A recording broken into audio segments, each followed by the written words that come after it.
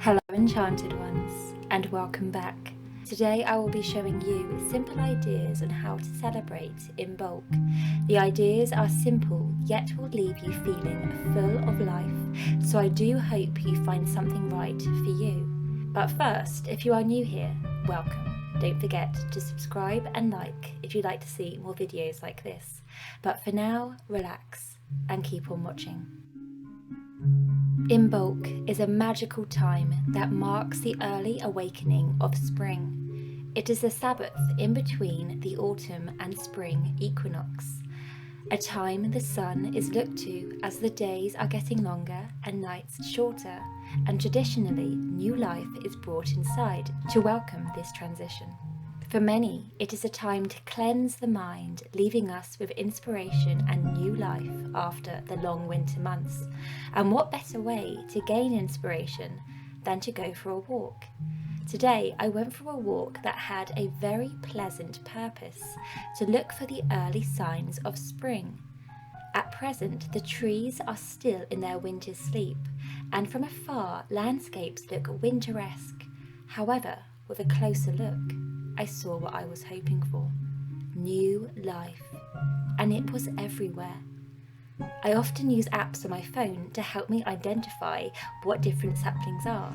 These twisted sprouts are from the honeysuckle family, but one thing caught my undeniable attention, and it wasn't the new growth, it was the wildlife, the sheer sound of the birds. They knew spring was coming.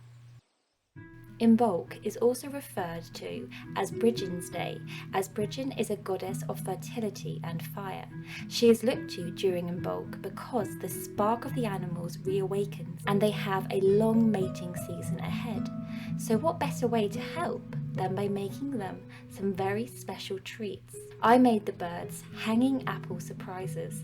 These are so fun to make and great if you do not have bird feeders. I started by melting a stick of lard in a pan. Whilst it was melting, I cored 6 apples, not all the way through though. I slanted the knife inwards so the top of the apple popped out, and then cut around this hole to make it larger. I wanted to hang 3 of these apples.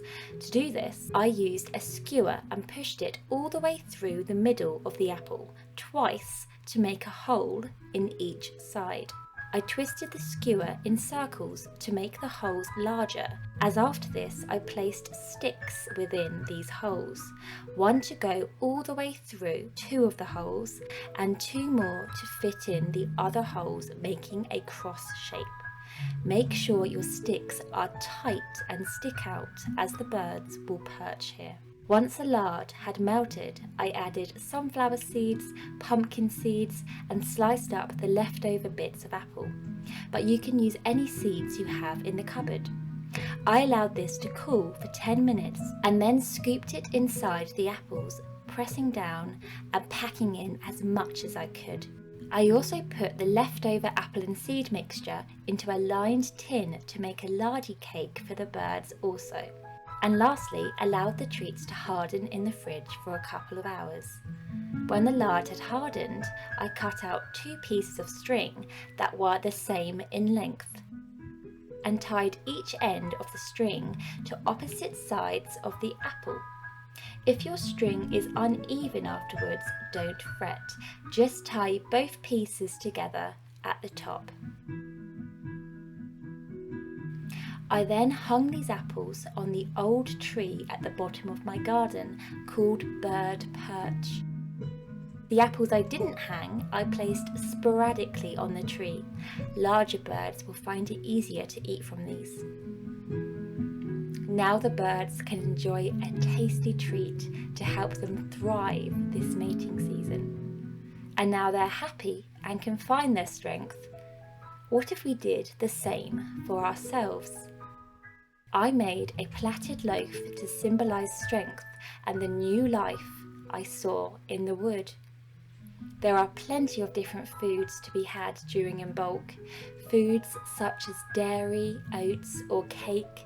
The recipe I used here is for a traditional white loaf and a go-to favourite, as you only need to prove it once, and it is so tasty. The beauty in making bread is that if you wish, you can put intent into the process of making it, and it's all in the kneading.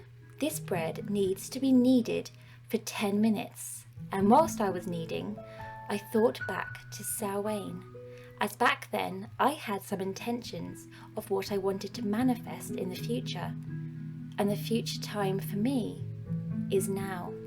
After the dough was stretchy and warm, I divided the mixture into 4, and using 3 of these pieces I rolled them out to form thin strands. I plaited these strands together and afterwards placed the plait on a baking sheet, forming a circular shape with them. I then used the 4th piece of dough and rolled out very thin strands from this, placing and twisting them all over the plait to mimic the vines I saw in the wood. After this had proved for 2 hours, I added an egg wash and lastly green pumpkin seeds to represent the new life.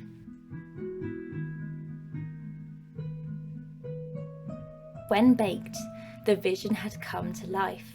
This twisted and winding loaf symbolised the very essence of Imbolc, in which I saw emerging from the forest floor. However, there is so much more you can do to celebrate Imbolc.